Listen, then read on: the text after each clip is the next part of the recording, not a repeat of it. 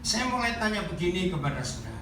Kalau saudara mendengar kata masalah atau menghadapi masalah, yang terpikir pertama kali muncul di benak kita itu apa? Kalau saudara nggak bisa jawab ini berarti orang-orang hebat, nggak pernah punya masalah. Kan saya tanya, coba kalian. Kalau saudara mendengar kata masalah atau saudara menghadapi masalah, yang pertama kali muncul di benak kita atau di hati kita itu apa? Yang pertama kali muncul kesel. Itu jujur. Yang lain nggak jujur. Saya ulangi lagi, setiap kali kita mendengar kata masalah atau menghadapi masalah, muncul apa? Sudah jam 1, kesel, capek, minta tolong. Ayo yang lain ngomong semua, jangan diem lah, ini orang banyak kok kayak gak ada orang. Panik, apalagi kecewa, apalagi cepat apa? Tidak bisa tidur, stres, rugi kalau nggak bisa tidur gara-gara masalah. Loh, dengar, orang yang menghadapi masalah lalu nggak bisa tidur itu rugi besar. Berarti orang itu nggak akan tidur seumur hidupnya. Betul tidak? Karena masalah kan datang terus. Ya berarti tiap kali masalah datang terus sudah nggak tidur kan rugi.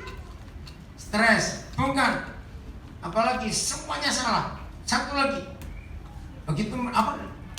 Marah-marah, lebih salah lagi. Solusi begini. Kita baca dulu kan.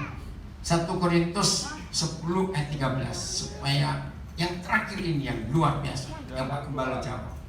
1 Korintus 10 ayat 13 ya. Nah, saya mau ganti kata pencobaan itu dengan masalah. Boleh toh? Kalau pencobaan itu masalah juga buat kita. Masalah itu pencobaan, oke? Masalah-masalah yang kita hadapi, yang kita alami ya, adalah biasa. Masalah-masalah biasa. Maka itu kalau saudara katakan tadi stres, kecewa, marah, berarti saudara menganggap masalah-masalah itu luar biasa. Betul tidak? Salah. Jadi setiap kita yang menghadapi masalah dalam hidup harus selalu berkata itu biasa. Amin. Coba ngomong kepada sebelah kiri. Kalau kamu punya masalah itu biasa, cepat ngomong aja. Kiri kanan. Ayo, ke belakang. Nah, kalau punya masalah itu biasa, cepat. Ayo. Kalau punya masalah makanya biasa, gitu ya. Enggak ada yang luar biasa dalam hidup. Nah, sebelum saya baca terus ayat ini, firman luar biasa. Mari kita pelajari mengapa biasa. Kalau saudara mendengar kata biasa itu mikir apa? Biasa. Cepat. Ayo, kalau kita mendengar kata biasa itu keluar apa di benak? Apa? Sepele, Pak Budi. Sehari-hari, apalagi biasa. Normal. Lumrah. Ayo cepat yang lain. Biasa. Gampang. Betul.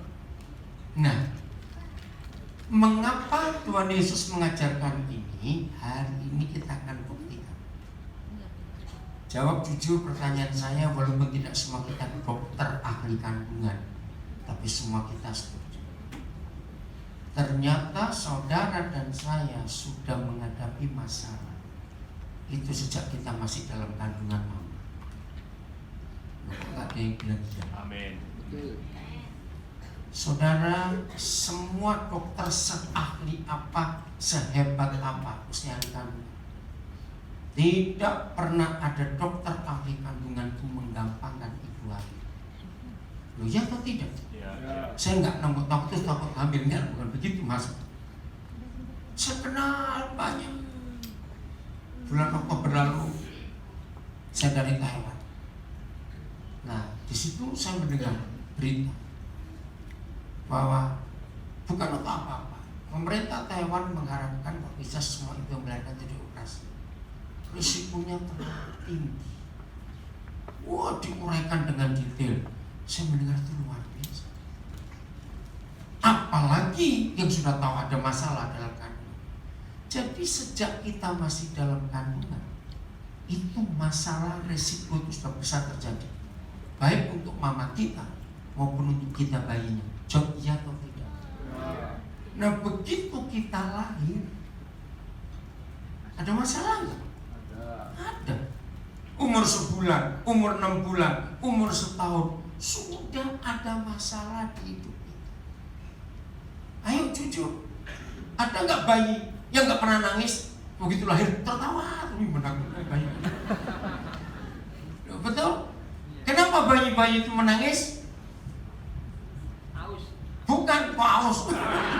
Ada masalah haus. Ya itu masalah juga karena mamanya kan nggak ngerti. Loh iya atau tidak? Menangis itu menuju apa? Masalah. Cuma dia nggak bisa ngomong. Maka itu mama-mama adalah pribadi yang paling hebat sedunia. Pura-pura ngerti. Loh betul nggak? Maaf jangan tersinggung ya. Coba.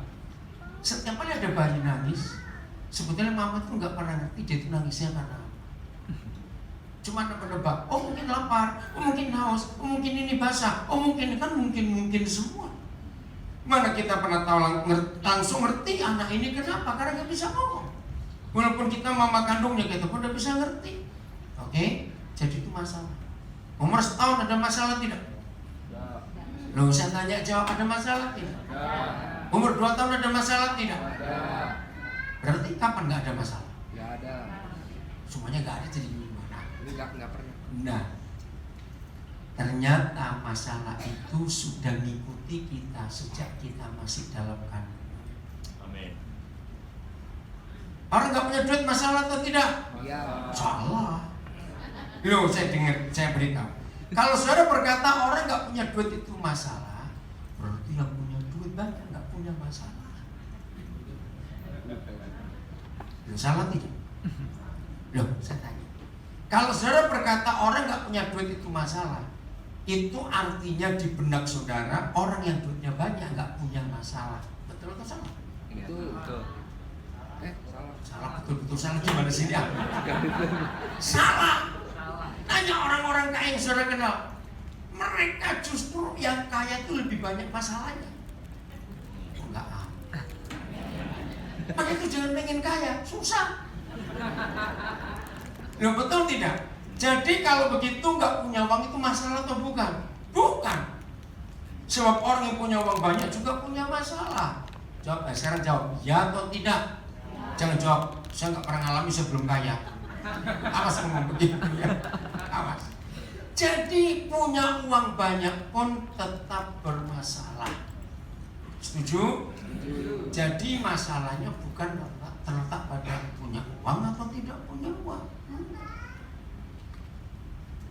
Terus berarti saya tanya lagi supaya ayat ini jelas. Coba tanyakan lagi PowerPoint. Kalau begitu, ada nggak orang hidup nggak punya masalah? Nggak ada. Nah, apa arti kata kalau sesuatu ngikuti kita terus sejak kita masih dalam kandungan sampai umur sekian ini? Bahkan kalau Tuhan beri kita kesempatan hidup sampai umur berapapun, yang namanya masalah akan tetap mengikuti. Itu artinya Takdir. dia bukan kok takdir, biasa. Takdir lagi. Wah, orang jujur saya suka sekali. Nanti kita kenalan ya. Loh, betul nggak? Segala sesuatu yang terus ngikuti itu kan, loh, masuk lupa lagi nolanya baca lagi. Biasa. Amin. Maka salah besar kalau saudara menganggap masalah itu luar biasa. Salah. Kita sudah biasa dengan dia sejak kita masih dalam kandungan. Amin. Nah, maka itu kalau punya masalah nggak masalah, orang Jakarta bilang antepin aja, sudah langganan. Betul? Maka itu nggak ada orang hidup nggak punya masalah. Presiden punya masalah tidak? Ya. Oh, lebih banyak lagi. Iya. Semua orang pasti punya masalah. Nah, kalau begitu pertanyaannya, jawabnya mikir ya, baik. Kalau begitu masalah itu perlu diselesaikan atau tidak? Enggak. Jawab, cuma ada satu dan antara dua. Ya atau tidak? Enggak. Nah, yang lain jawabnya, masalah itu perlu diselesaikan atau tidak? Perlu. Tidak. Nah, kaget lagi bukan? Kenapa tidak? Kalau saudara akan menyelesaikan masalah, itu berarti setelah masalah ini selesai, kita nggak punya masalah lagi. Begitu atau tidak? Loh, kalau kita menyelesaikan satu masalah yang sekarang kita hadapi, itu artinya setelah masalah ini selesai, nggak ada masalah lagi dalam hidup kita. Begitu? Loh, saya tanya, jawab itu atau tidak? Tidak. Bahkan semua kita pasti pernah mengalami satu masalah belum selesai muncul yang kedua, dua belum selesai muncul ketiga, betul? Coba hitung, pernah maksimal numpuk berapa masalah sekaligus? Banyak. Kira-kira ayo, cepet aja angkanya. 10. Oke, kok sempet-sempetnya ngitung? Betul, kok sempet-sempetnya ngitung? Oke, 10. Aduh, rasanya gimana? Satu masalah aja luar biasa. Kalau 10 cepat, rasanya gimana? Mumet, apalagi? Nggak bisa tidur, apalagi? Nah, salah semua. Buktinya saudara masih seger-seger bunter-bunter begini. Jangan ngaco ngomong. Lu betul tidak? Berarti semua kita orang-orang hebat nggak? Apanya hebat? Ayo, hebat dalam hal apa? Mengatasi masalah. Sudah langganan dari sejak masih dalam kandungan. Loh, jujur loh, saya ini ngomong dengan ayat ini. Ulangi lagi. Jelas sekali, 1 Korintus 10:13. Pencobaan-pencobaan atau masalah-masalah yang kita alami ialah masalah-masalah biasa yang tidak melebihi kekuatan manusia. Nah, ini banyak yang protes. Protesnya gini, Tuhan enak aja asal ngomong, dia nggak tahu masalah. Kurang ajar itu. Pernah dia ngomong seperti itu? Saya pernah ketemu ada orang marah dengan ayat ini. Ya Tuhan enak yang ngomong, yang ngalami kan aku. Kalau ada bertobat hari ini. Amin. Mengapa Bapa di surga mengatakan bahwa masalah-masalah kita hadapi tidak pernah melebihi kekuatan kita? Ini loh logikanya. Kalau kita nggak pernah sanggup menghadapi masalah, pakai logika orang Jawa, berarti kita sudah gepeng. Ngerti nggak gepeng? Amin. Apa tuh gepeng? Menyet. Sudah flat, sudah rata dengan tanah. Nah, kalau sekarang masih hidup ya, apalagi kemarin waktu Cynthia, wah rajin keliling cari apa? Mana berat ngadepi masalah hidup? Mana? Lo betul tidak? Lo yang tidak saya tanya. Amin. Percayakan firman ini. Bahwa semua masalah yang kita hadapi nggak pernah melebihi kekuatan kita. Karena secara logika kita masih seger sampai hari ini. Amin. Lu lihat kok ada yang senyum-senyum nggak percaya. Lu lihat atau tidak? Ya. Ya sudah. Jadi kalau dia datang besok-besok, sambutlah. Lu lagi kenal. Nggak amin aja. Amin. Nah, ini yang kita kalah. Setiap kali masalah datang, pasti kita buat jadi ribut. Sering nggak seperti itu? Lu sering. Dengar baik-baik, ini yang salah. Dan jahatnya kita manusia. Ingat ya, bertobat yang hobinya begini. Setiap kali kita masalah, terus kita ribut, yang pertama pasti muncul, ini gara-gara kamu. Loh, kenapa gitu? Lo betul tidak? Ini gara-gara kamu. Lihat kok tidak jauh-jauh. Nah itu salah. Masalah itu nggak perlu gara-gara siapa. Oh, nggak diaminkan. Amin. Percaya kalau toh nggak ada siapa-siapa di sekitar kita, tetap ada masalah. Iya. Nah ini kan aneh. Nggak ada siapa-siapa kok ada masalah. Ada.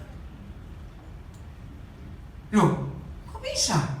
Nah banyak orang nggak ngerti. Nah inilah fakta. Mengapa ketika banyak masalah terjadi di hidup kita, kita selalu cari sumbernya. Gara-gara siapa ini? Gara-gara siapa? Tapi terbukti ketika kita sendiri gak ada siapa-siapa. Punya masalah tidak waktu sendiri? Punya. Nah ini jawabannya. Kok bisa? Ketika sendiri tetap punya masalah, ayo kita jujur. Maaf, banyak orang di antara kita sombong, angkuh, luar biasa. Maka itu ingat, hanya satu alasan. Tuhan Yesus berkata, kamu orang congkak dan orang sombong dan penipu. Itu surat 1 Yohanes 1. Ketika kita berkata, aku gak berdosa. Catat ya. Ketika ada seorang di antara kita berkata, aku gak pernah bersalah. Semua itu gara-gara ini, gara-gara itu. Aku ini diajar oleh makku, oleh engkongku, kakek nenekku, oleh papa mamaku, untuk tidak buat salah pada siapapun juga. Wih, ada nggak orang seperti itu? Jawab ada tidak? Tidak. Maksudnya nggak mungkin ada orang nggak bisa salah. Itu orang yang paling congkak, itu musuh Tuhan. Amin. Amin. Maka itu kalau sudah salah, jangan mencari kambing hitam. Amin. Buktinya, ketika banyak manusia tidak ada siapa-siapa, kok bisa menghadapi masalah? Ternyata masalahnya timbul dari dalam. Amin. Khawatir, takut. Catat itu. Ketika orang lagi sendirian, gak ada siapa-siapa, bisa punya masalah gak cepat-cepat. Iya. Bisa. Nah, ini tadi, betul? Khawatir dan takut itu masalah buat manusia, walaupun gak ada orang lain. Nah sekarang, kalau sudah begitu, saudara menyalahkan siapa? Goblok. Lagi sendirian kok. Amin. Loh betul tidak? Mau nyalahkan siapa? Berarti sumber masalah itu dari mana? Diri sendiri. Dari diri sendiri. Maka itu stop hari ini yang suka nyalahkan orang. Mamaku tuh, ada yang ngomong gitu. Tetanggaku itu, ada enggak? Stop, saudara, semua itu dari dalam. Amin. Ini yang Tuhan Yesus ajarkan kepada kita. Jadi mana ayatnya, pelan-pelan lagi. Masalah-masalah kita alami adalah masalah-masalah biasa yang tidak melebihi kekuatan manusia. Enggak melebihi. Maka itu kita tetap kuat sampai hari ini. Sebab Tuhan, sebab Tuhan kita bagaimana? Nah, satu kata ini menolong saya luar biasa. Apa kata lain? Setia. Taat. Taat. Oke, tapi untuk Tuhan mesti taat kepada kita. Oh iya. Betul. Menepati janji. Apalagi? Saya mau yakinkan saudara nanti. Kalau saya bisa jawab, ya udah. Kalau tidak, saya akan jawab. Ternyata kata setia di sini bukan cuma menepati janji. Kata setia. Sabar. Belum. Tidak munafik. Tidak munafik. Maju lagi. Enggak ninggalin. Tetap. Kata tetap itu apa? Dari sini ada apa? Long suffering. Ya, Tuhan itu. Betul. Dia itu sabar terhadap kita. Bayangkan ya, kalau Tuhan kayak kita semua, kita ini jadi apa kira-kira? Perkedel. Jadi cendol masih lebih enak. Jadi perkedel masih. Ngerti nggak maksud itu? Tuhan itu sabar. Bukan itu. Hampir betul. Satu lagi. Setia. Iya, setia itu apa? Apa? Takut akan Tuhan. Selalu ada. Nah itu dia. Kata setia di sini selalu ada dengan kita. Jadi di tengah persoalan sekalipun dia itu setia terhadap kita. Amin. Selalu menyertai kita, selalu menemani kita, selalu tinggal dekat dengan kita. Amin. Saudara, iya. Semua kita pasti pernah sakit, bukan? Nah, maka itu kalau ada orang yang berkata aku nggak pernah salah karena mama papaku ngajarin aku begitu, cek aja dia pernah sakit. Nah, waktu kita sakit, bukan obat yang menyembuhkan, tapi ada seseorang yang setia kepada kita, yang membuat kita. Amin. Amin. Nah, seperti itu Papa di surga. Dia setia. Sebab mengapa semua pencobaan itu biasa? Mengapa semua masalah tidak melampaui kekuatan manusia? Sebab Tuhan selalu ada. Selalu. Oke? Dan karena itu, ini buktinya, Tuhan bagaimana? Tidak akan membiarkan kita cepetan dicobai melampaui kekuatan kita. Nah, perhatikan kalimat ini, simpan, hafalkan. Karena kalau kalimat berikut ini jadi bagian hidup kita, percayalah bahwa kita akan jadi orang hebat. pada waktu kita ngapain? Coba masalah. Menghadapi masalah. Ya, perhatikan, pada waktu kita menghadapi masalah, Ia akan memberikan kepada kita apa? Jalan keluar. Apa kata lain jalan keluar? Solusinya. Saya stop dulu sampai di sini. Papa, tolong kami supaya betul-betul semua kami mengerti isi hati Tuhan. Dan setelah kami mengerti, kami alami, kami bagikan kepada sebanyak-banyaknya orang dalam nama Yesus. Kalimat ini dasar. Pada waktu saudara dan saya menghadapi masalah, maka siapa? Bapa di surga akan apa? Akan apa? Memberikan jalan keluar, solusi. Stop. Kok gak ada yang amin sih baca ayat ini luar biasa begini loh. Amin. Kenapa harus amin? Karena solusi yang Bapa sediakan buat kita itu gak hanya berguna buat kita, tapi kan berguna buat banyak orang di sekitar. Amin. Banyak sekali. Ini yang kita harus cari dalam hidup kita.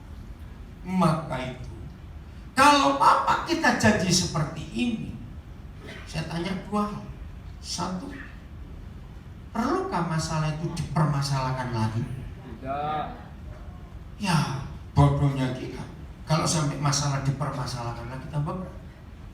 Dua, kalau memang ada janji bahwa kita dapat solusi tiap kali dapat masalah, apakah masalah itu harus diselesaikan?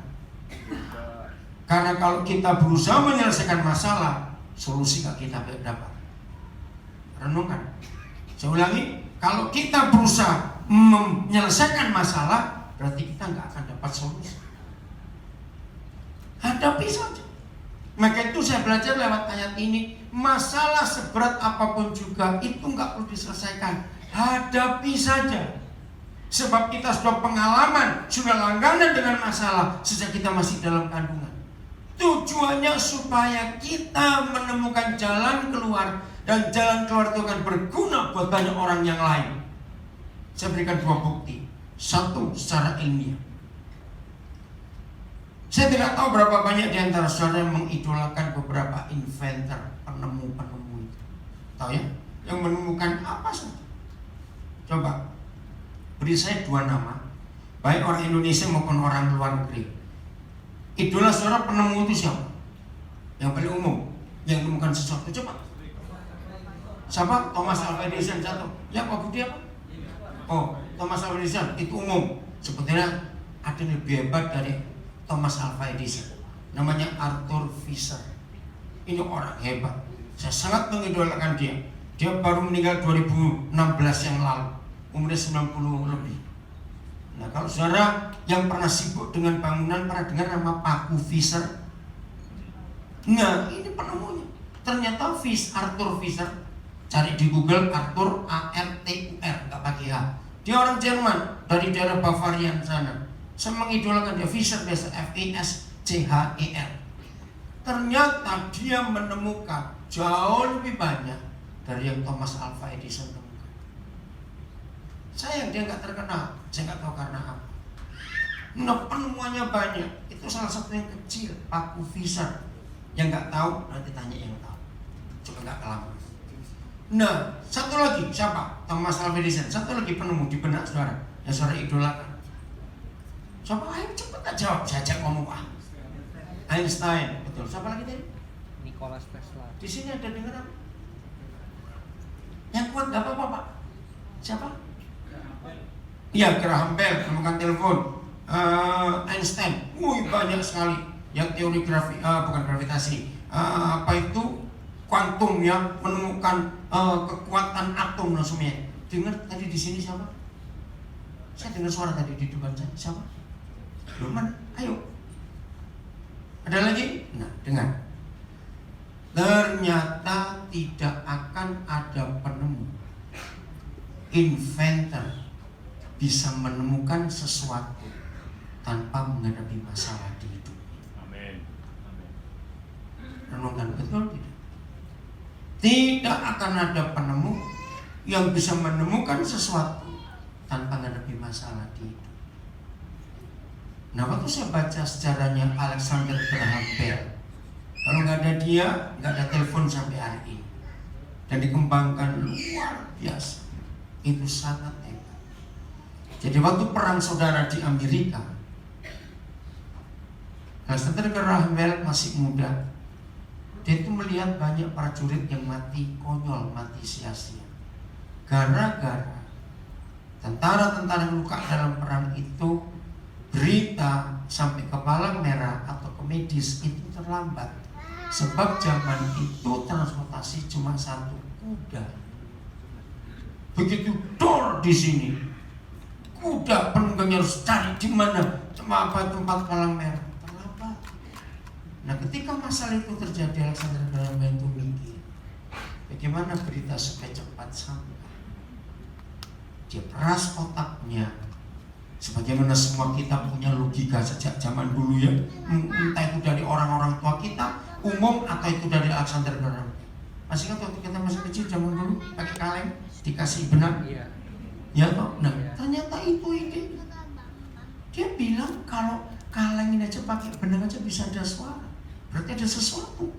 Nah, dia otak-atik ketemulah telepon yang bisa berkembang sampai hari ini. Itu salah satu. Maka itu anak-anak muda, saya ingin idolamu jangan Simcan, awas, merusak sekali.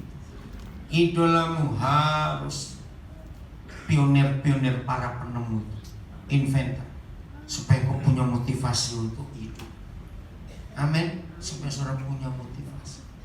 Maaf, saya cuma cerita saja. Saya nggak tahu di ruangan ini siapa pernah ngalami seumuran saya. Saya itu sampai kelas 4 SD. Saya tuh masih pakai batu tulis, bayangkan. Yang nggak tahu batu tulis, cari di Google. Saya nggak tahu dibuat dari apa barang itu ya, batu tulis itu. Cuma satu lempengan ini, tapi muka belakang. Nah, nulisnya pakai grip namanya, itu dari bahasa Belanda. Itu pun saya nggak tahu dibuat dari apa. Jadi waktu sekolah sampai kelas 4 itu nggak ada buku. Zaman itu buku itu barang mewah sekali. Tapi nggak tahu kenapa Tuhan bisa menunjukkan saya untuk bisa baca buku-buku yang ada waktu itu.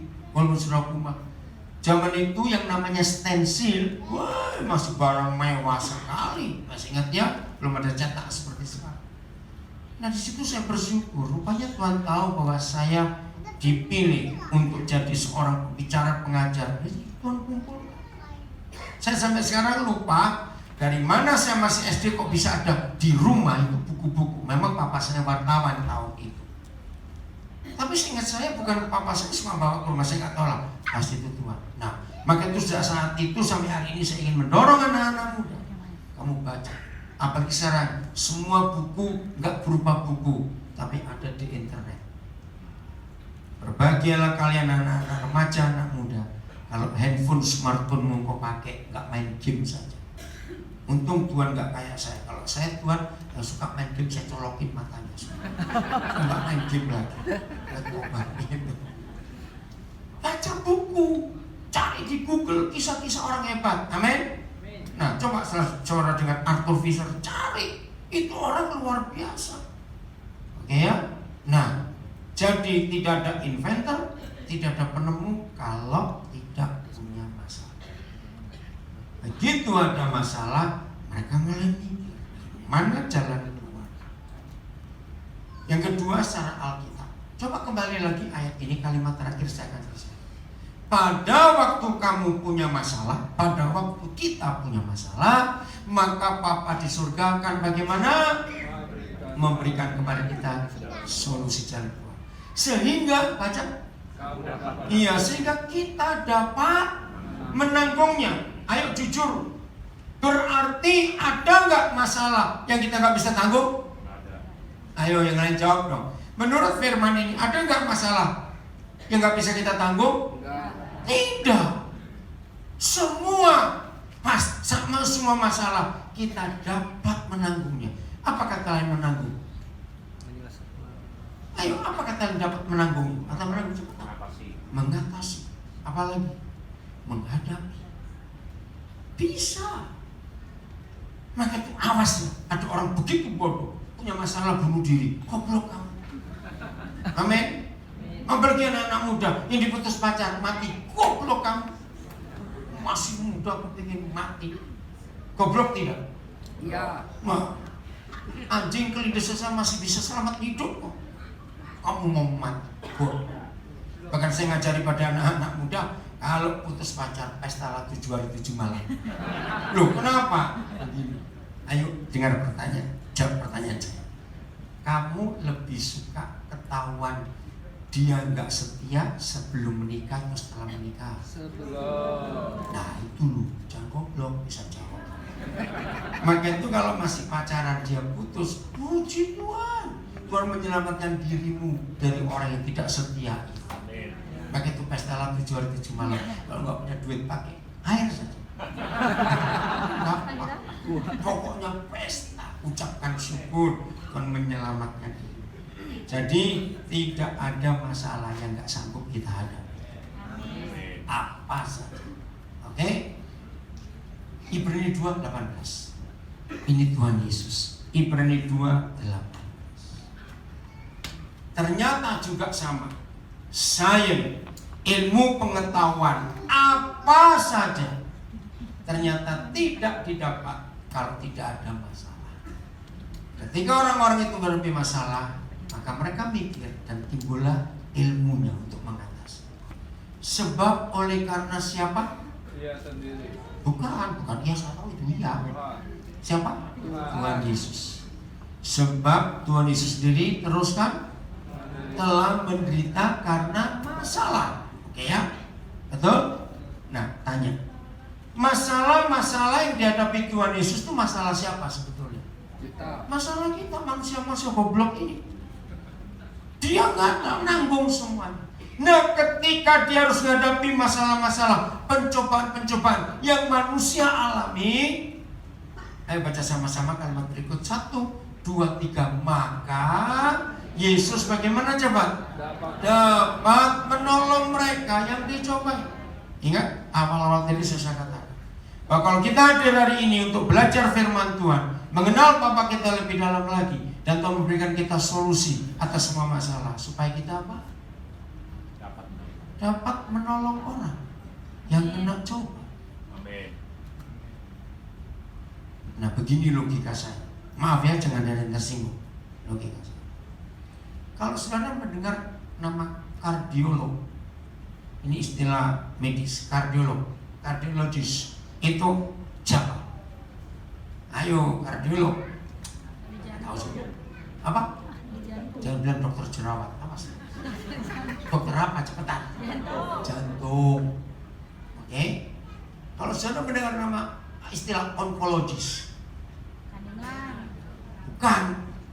Onkologis kanker.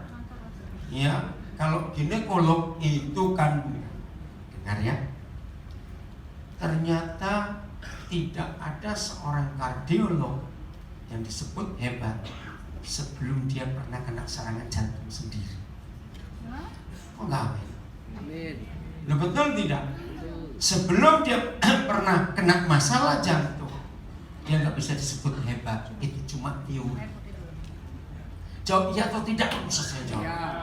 Nah, begitu pula seorang onkologis, dia gak akan disebut ahli kanker sebelum dia pernah kena kanker. Ya. Amin. Itu fakta. Maka itu kalau ada masalah-masalah di hidup kita harus apa? Bersyukur. Ayo harus bersyukur. Itu biasa. Amin. Itu susah benar. Aduh, pulang saja. Diajar susah benar. Amin. Amin. Jangan begitu ada masalah, jangan salahkan orang lain. Stop. Tenang, lihat. Aku belajar apa lewat masalah. Amin. Setuju ya sampai di sini? Ya. Oke. Nah sekarang kita akan menemukan konsep yang berikut. Luar biasa. Apa kita mengajar kita itu dengan hukum-hukum yang tertulis di kitab suci kita? Itu supaya hidup ini enak, hidup ini ringan, hidup ini menyenangkan. Enggak, amin. Amin. Amin. Aduh, berat sekali hidup saudara. Kok nggak amin? Mungkin saya kurang jelas ngomongnya. Ya tertawa dulu. Bapa di surga menuliskan hukum-hukumnya kepada kita. Dengar? Oh ya, Dion duduk di mana? Oh, itu Aritona. Kalau ada Aritona, ada guru Aritona, ntar pulang jangan dulu kamu. Oke, dengar. Bapa di surga menulis hukum-hukumnya lewat kitab suci ini. Kalau kita taati semua, maka hidup itu enak, hidup itu ringan, hidup itu menyenangkan. Amin. Amin, tapi mukanya cuma bohong gitu. Serius. Betul sudah. Saya menemukan hukum-hukum yang Bapak tulis ini luar biasa. Kalau kita mau ikuti. Amin. Amin. Nah, ayo sebutkan masalah-masalah yang paling banyak terjadi dalam hidup manusia. Saya berkata manusia, saya bukan tanya saudara. Tapi kalau manusia harus juga. Nah, yang paling banyak itu ada 3. Itu gara-gara apa? Cepat. Uang. Jujur itu. Betul itu. Uang itu nomor 1. Setan ini kurang ajar. 2 apa tadi? Keinginan sendiri. Betul. Masalah kedua adalah keinginan yang menggebu-gebu. Kita nggak terpenuhi, maka kita nyalakan orang lain, itu jadi masalah. Nomor 3, hawa nafsu. Nah, semua ini disimpulkan menjadi satu kata, memiliki. Betul? Tadi kan sudah jawab. Kalau ditanya mana lebih banyak masalah, orang punya uang atau nggak punya uang? Nggak punya. Ayo, yang lebih banyak orang nggak punya uang atau orang punya uang? Cepat jawab. Punya uang. Yang punya uang itu banyak masalah. Bahkan orang yang punya banyak uang itu susah mati. Ingat, tidak ada orang lain kecuali Tuhan Yesus yang pernah berkata, siapa yang susah masuk surga? Orang kaya. Nah, sudah kaya pelit lagi. Wah, itu matinya paling susah. Kenapa orang kaya pelit susah mati? Kalau kaya murah hati, Tuhan dipermuliakan. Jangan tersinggung saja. Kalimat itu, firman itu saya pelajari lah. Maaf. Kalau yang mau mati suami lebih dulu. Dan suami ini masih gagah. Ya, umurnya kira-kira akhir 50-an, awal 60-an masih gagah. Istrinya pun masih gagah. Kaya, mau susah amat. Sebab dia mikir. Walaupun selama dua-dua masih hidup pernah janji ya, nanti siapa mati duluan gak boleh menikah lagi. Iya dah. Nah, nikah lagi saat tinggal mati siapa tahu. Betul? Betul. Jadi kalau yang mau mati suami dulu, pasti mikir. Yang gantiin aku nanti enak tinggal terus. Lu coba iya atau tidak? Lu cepetan jawab, pura-pura lah kaya semua gitu loh, supaya bisa jawab pertanyaan saya. Iya atau tidak? Ya. Susah dia mati. Yang gantiin aku enak, tinggal nerusin nanti. Maaf. Begitu ada yang ketawa kencing itu kenapa ya? Begitu pula kalau yang mau mati sebagai si istri, lagi tidak berdaya di tempat tidur. Siapa yang gantiin aku di sini nanti? Dia mikir perhiasan ini tinggal pakai dia nanti. Jujur. Ayo kita semua pura-pura jadi kaya. Mikir gitu nggak orang kaya? Nggak usah tanya. Tidak, nggak mungkin. Mikir gitu tidak aja, Wak. Maaf, kalau yang mati barengan, misalnya suami itu divonis, wah sudah, pasti mikirnya gini, anak-anak banyak, tapi mantu-mantu gini. Loh, boleh nggak berpikir begitu cepetan? Tapi itu jangan pengen kaya supaya matinya gampang. Bayangkan, sudah susah mati, susah ke surga lagi, kita menderita double-double. Amin. Jadi betul kata Tuhan Yesus. Artinya, jadi masalah itu indah untuk kita hadapi dan bukan karena kita memiliki sesuatu. Amin. Mari kita lihat ayat ini. Lukas 14 ayat 33. Saya suka sekali melihat ayat ini. Kalau saudara dan saya bisa melakukan ayat ini, hidup ini gak punya masalah.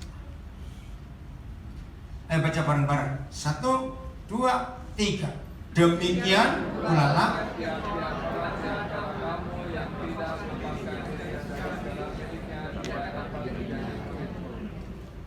artinya apa? Kata lain, yang tidak melepaskan dirinya dari segala miliknya tidak dapat menjadi muridku. Artinya apa? Ayolah. Kata lain, apa? Tidak cinta dengan dunia. Apa Pak? Oh, terikat dunia. Tidak terikat dengan dunia. Betul. Apalagi? Ini dahsyat. Saudara garis lihat kalimat terakhir. Tidak dapat menjadi murid.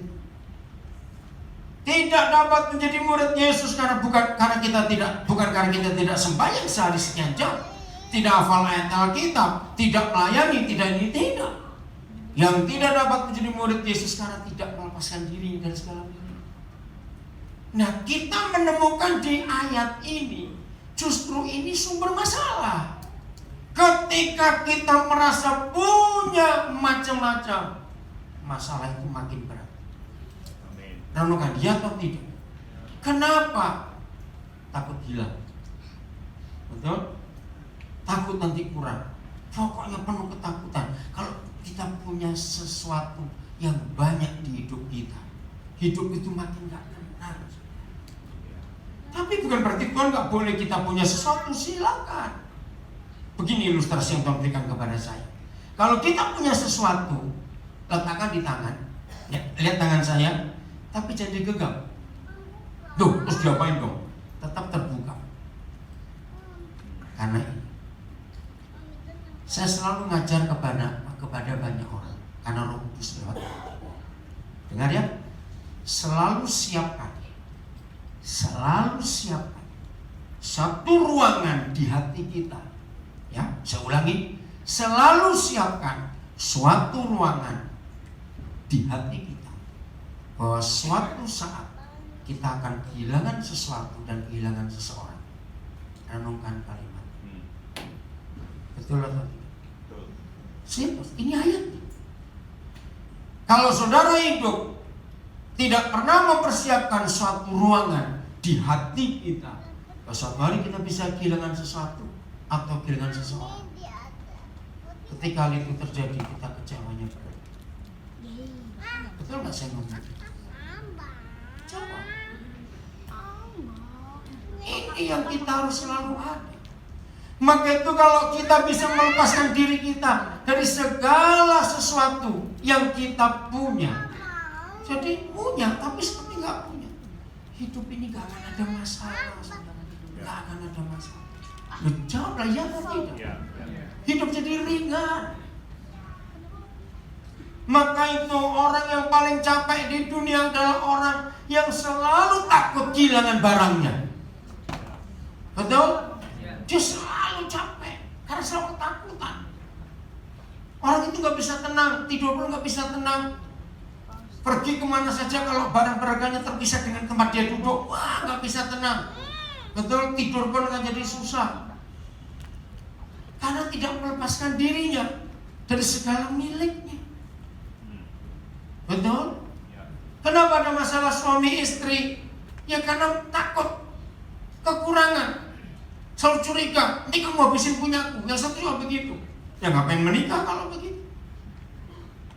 Saudara, ternyata kita yang tidak bisa melepaskan diri kita dari segala milik kita, itu masalah berat dalam. Jadi setuju? Kalau menurut ayat ini saya terjemahkan, persiapkan satu ruangan di hati kita, bahwa cepat atau lambat entah kapan saja kita pasti akan kehilangan sesuatu atau seseorang. Amin. Loh, kok yang lain gak jawab? Karena tidak ada yang kekal di dunia ini. Amin. Kita harus siap kehilangan. Amin. 1 Korintus 7. Wih, ini lebih berat. 1 Korintus 7 mulai ayat 29. Ya, 1 Korintus 7 mulai ayat 29. Saudara-saudara, saya suka kalimat ini. Sederhana tapi tajam. Saudara-saudara, teruskan. Ayo, teruskan. Saudara-saudara, inilah yang aku maksudkan, yaitu, nah stop dulu. Terjemahkan 2 arti kata waktu telah singkat. 1, sewaktu-waktu kita bisa meninggal. Jadi waktu hidup kita singkat atau panjang? Singkat, karena kita nggak tahu. 2, kalau kita masih diberi kesempatan hidup dan kita tunggu Yesus datang, sudah singkat belum sekarang ini waktu? Nah, jadi apa yang harus kita lakukan kalau kita tahu waktu telah singkat? Baca sama-sama, 1, 2, 3. Karena itu, stop. Kalau ada kata karena itu, jadi perhatian, serius, ingat. Apa yang harus kita ingat? Apa yang harus kita perhatikan kalau waktu telah singkat? Ayo baca sama-sama, 1, 2, 3. Dalam waktu yang masih sisa ini, terus orang-orang beristri harus berlaku seolah-olah mereka tidak beristri. Bukan berarti ditinggal istrimu terus cari lagi. Awas kamu terjemahkan salah ayat. Enak saja. Maksud ayat ini, jangan sibuk masalah seks. Ini ayat. Ayo jujur suami istri, berapa banyak rumah tangga terjadi perselingkuhan, percekcokan gara-gara masalah tempat ini. Dan Tuhan minta dalam pernikahan kita jangan sibuk masalah seks. Oh, gak ada yang amin sih orang-orang. Amin. Amin. Waktunya sudah singkat. Maaf ya, jangan marah. Saya ini kalau ngomong apa adanya. Bagi kita para pria yang merasa sudah tua, sudahlah terima, gak usah cari obat kuat segala macam. Awas. Maaf saya ini ngomong apa adanya. Karena saya banyak ketemu suami-suami, ya sudah tua mau ngapain lagi? Ayo para pria ngomong amin. Amin. Dan ya kok dia bisa ngawas murah-murah ya. Ini firman luar biasa, sehingga kita nggak pusing dengan barang-barang begitu. Belum selesai ayat 30. Ini ayat luar biasa. Cepat. Dan ayo orang-orang yang menangis, stop dulu. Ya, kalau ada kata menangis berarti orang itu sedang apa? Sedih, punya masalah. Nah ini kita sudah bahas dari tadi. Maka itu kalau ada banyak masalah di hidup kita, Tuhan bilang dalam waktu masih singkat kita seperti apa? Seolah-olah tidak masalah. Karena kita sudah langganan dengan masalah itu. Amin. Yang ketiga, dan orang-orang yang bergembira seolah tidak bergembira. Kenapa? Karena cepat atau lambat kita pasti akan kehilangan sesuatu dan kehilangan seseorang. Nah ketika kita lebih bergembira, semuanya lengkap, jangan lupa seolah-olah tidak bergembira. Karena ada yang bisa hilang dari hidup kita. Oke, sampai di sini 3 hal. Kalau kita praktekkan firman ini, hidup itu bagaimana jadinya? Cepat dong, hidup ini jadi bagaimana? Tenang, damai, nggak pusing dengan barang-barang itu. Maka itu saya marah kepada berapa anak Tuhan.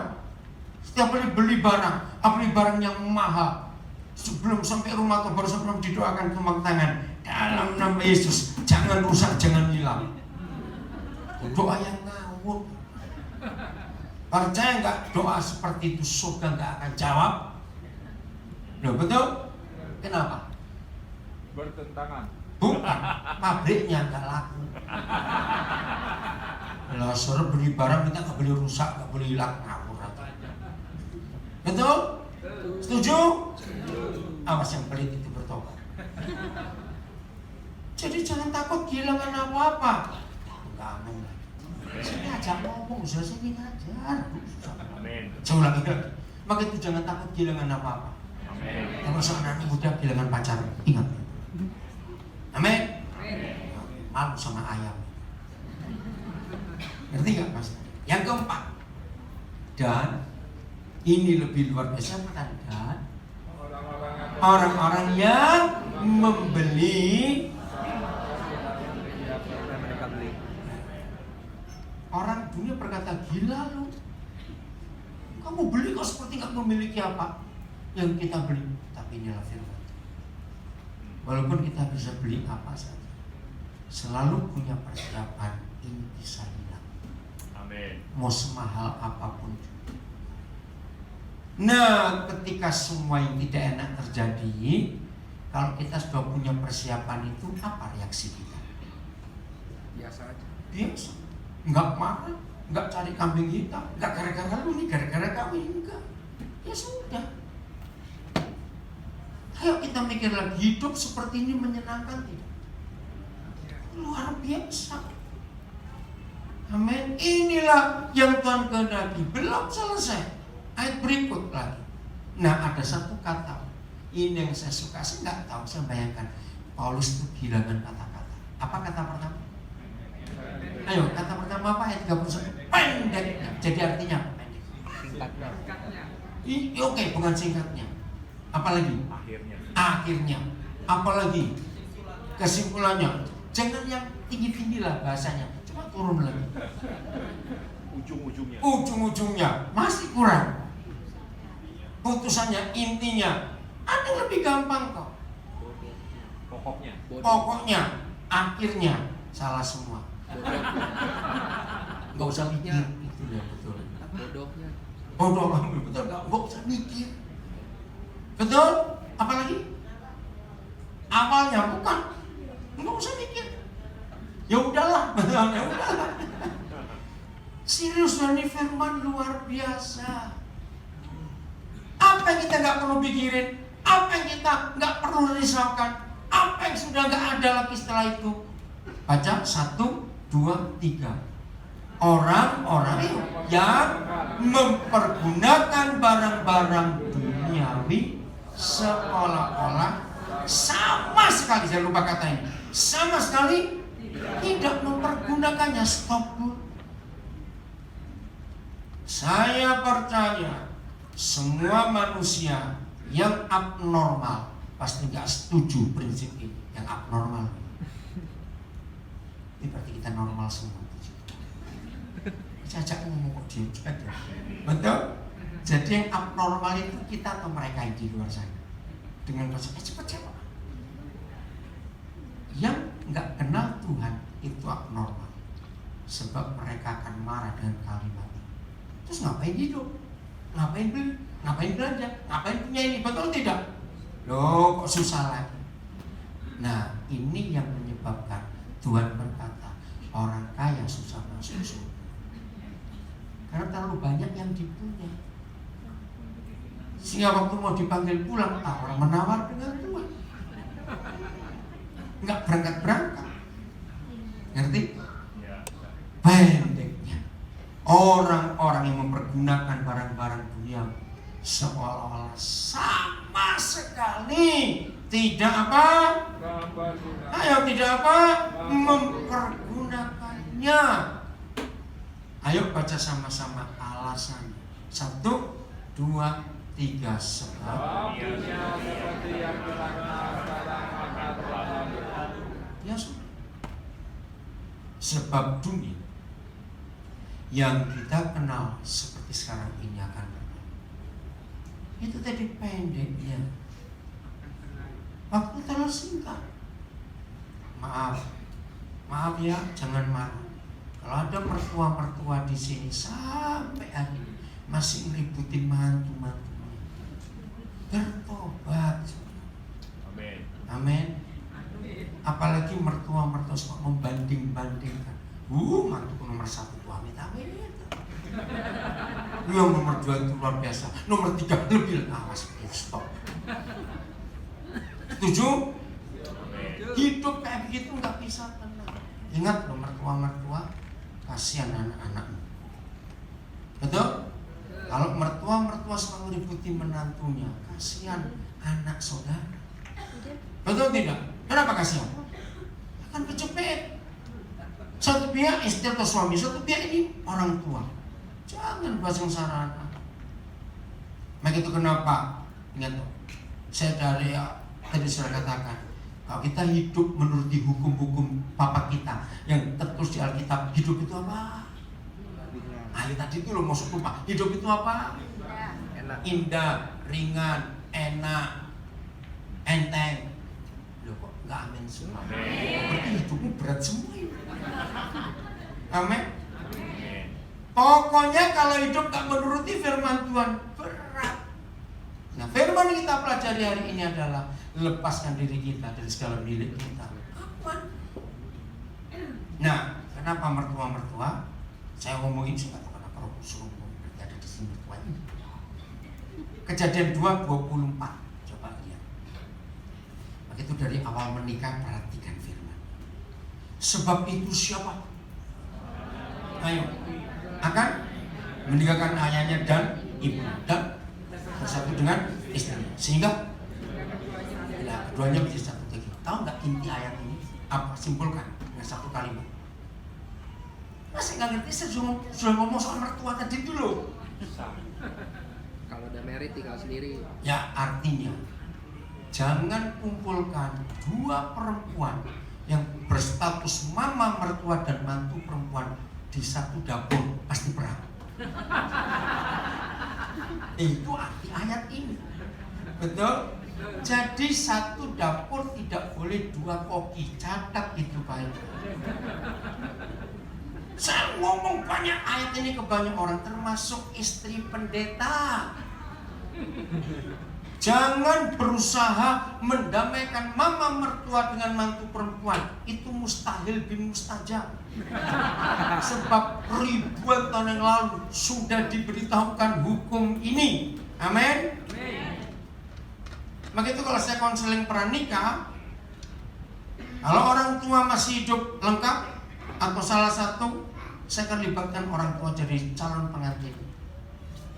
Saya akan banyak nasihat juga khususnya ayat. Maka itu laki-laki, catatnya, hanya laki-laki yang meninggalkan ayah ibunya. Kenapa? Karena istrimu nggak bisa kamu paksa kumpul mamamu. Catat. Dan firman ini luar biasa. Jauh sebelum pada mertua dan orang tua, Tuhan sudah ngomong. Betul tidak? Ini kan untuk Adam dan Hawa. Lucu nggak kalau Tuhan ngomong pada Adam dan Hawa, pernikahan pertama di dunia yang nggak punya orang tua, nggak punya mertua. Tapi Tuhan tahu untuk siapa? Untuk kita yang punya mertua. Jadi anak-anak lagi dengar, belajarlah kamu kepada burung. Wah, Tuhan Yesus itu mengajar kita sederhana. Masih ingat? Anak-anak lagi dengar. Jadi ternyata tidak ada burung jantan di dunia ini yang berani kawin sebelum buat sarang untuk betinanya. Keren gak kalimatnya? Jawab keren tidak? Nah, maka itu gadis-gadis, kalau ada cowok dekati kamu, sudah sekian waktu, orang tuamu setuju, orang tua dia juga setuju, gembala juga setuju, finalnya ini pertanyaan, kamu sudah punya pintu berapa? Itu artinya apa? Tempat tinggal. Cepat, rumah. Kalau cowokmu jawab, aduh, aku baru punya pintu satu. Jangan kawin, pintu satu tuh sel penjara. Loh, betul. Kalau sel penjara pintunya dua, lari ke belakang paling. Itu keren betul hukum firman Tuhan. Maka itu ingat. Hukum-hukum yang Papa beri buat kita, kalau kita ikuti, hidup itu pasti enak, hidup itu pasti ringan, hidup itu pasti menyenangkan. Jadi saya balik. Kalau ada di antara saudara yang masih berat aja hidup sampai hari ini, berarti kau sedang melanggar hukum Tuhan. Amin. Ini loh, jangan tersinggung. Yang punya banyak merasa memiliki itu masih lumayan. Tapi ada orang nggak punya apa-apa, merasa punya banyak, sengsara betul hidupnya. Nih, nggak enak sekali. Ada, saya pernah ketemu. Maaf, jangan tersinggung. Ngerti ya? Jadi turuti firman Tuhan, katakan amin. Hidup itu enak. Jadi cowok-cowok perhatikan, jangan minta kawin sebelum kau bisa meninggalkan ayahmu dan ibu, supaya kamu bersatu dengan istrimu. Ini penting. Jadi mama mertua dengan mantu perempuan bertokat terhari. Nggak bisa dipaksa, nggak bisa. Amin. Nah, maaf ya, jangan tersinggung. Jadi kalau ngomong kan memang kasar begini. Kalau ada mama mertua suka ribut dengan menantu perempuannya, kawin dengan anakmu sendiri dah. Loh betul tidak saya ngomong? Ayo jawab cepat. Nggak lucu dong, masuk mama kencang lagi. Tapi sudah ribut terus. Jadi mama mertua dengan nggak ada menantu yang bisa cocok dengan kita. Semoga amin lagi. Amin. Jadi kita harus terima mantu kita apapun keadaan. Karena itu pilihan anak kita. Amin. Itu pilihan anak. Betul, hebat gak firman Tuhan? Amin. Jadi lakukan semua hukum Tuhan. Hidup ini enak, hidup ini ringan, hidup ini menyenangkan. Enggak memiliki apa-apa, tidur pun nyenyak. Betul? Kalau nggak percaya saya bukti. Ada orang kaya tidur, ada orang miskin tidur. Saat yang sama di tempat yang berbeda. Mereka mendengar pintu rumah mereka ada yang nyungkil, ada yang buka paksa. Siapa yang bangun dan siapa yang tetap tidur? Ayo cepat jawab. Coba tahu. Orang kaya Nah, bangun. itu dia. Begitu jangan ingin kaya, susah. Susah tidur, susah mati, aduh susah semua. Yang pelit, yang pelit. Amin. Hidup dengan orang yang ringan, nggak ada beban apa-apa dalam hidup. Mau hilang, ya sudah jaga, kita bilang nggak apa-apa, bisa cari lagi. Pasti pelit semua, nggak amin semua. Amin toh. Loh, rumah kita bisa hilang nggak?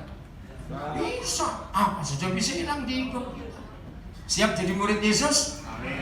Artinya nggak usah lupa lagi. Apa tadi murid Yesus? Melepaskan dirinya dari Duniawi. segala miliknya. Halal dunia, hidup itu indah luar biasa.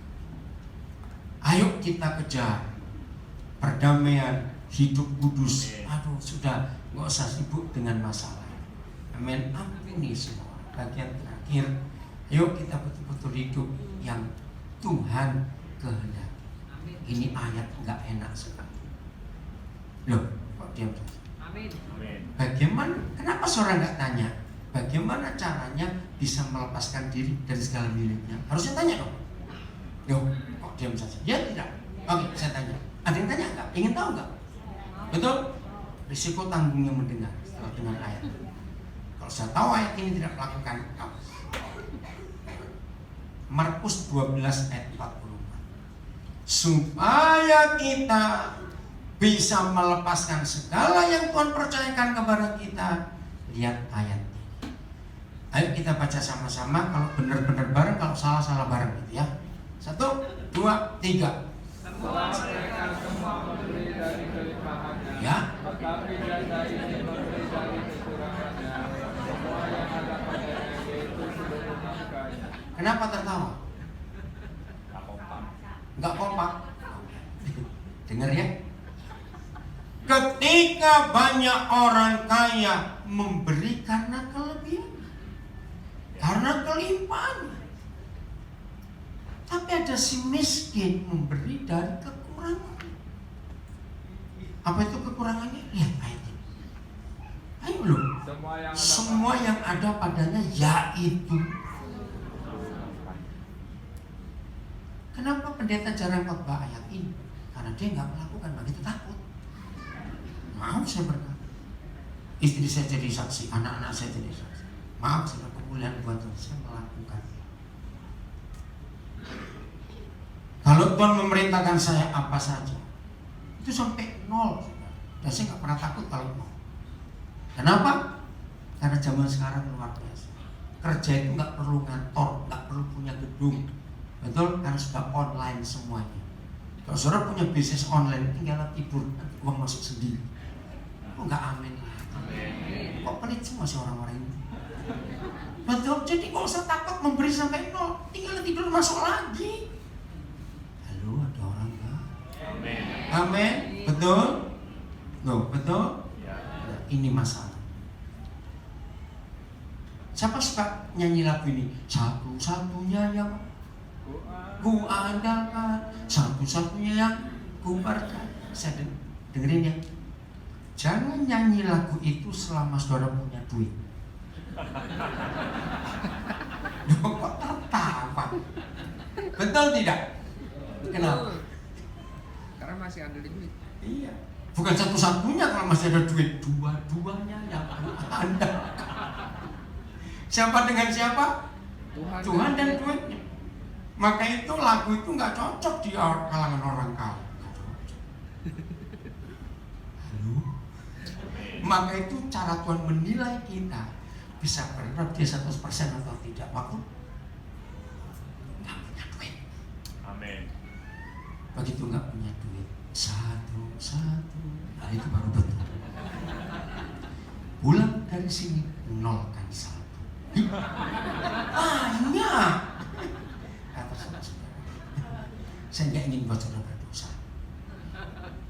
Tuhan memberkati kita semua. Nah, kita jadi pelaku firman, amin. Jadi berkat buat banyak orang. Ya, ayo kita mengambil Tuhan pemusik, pemuji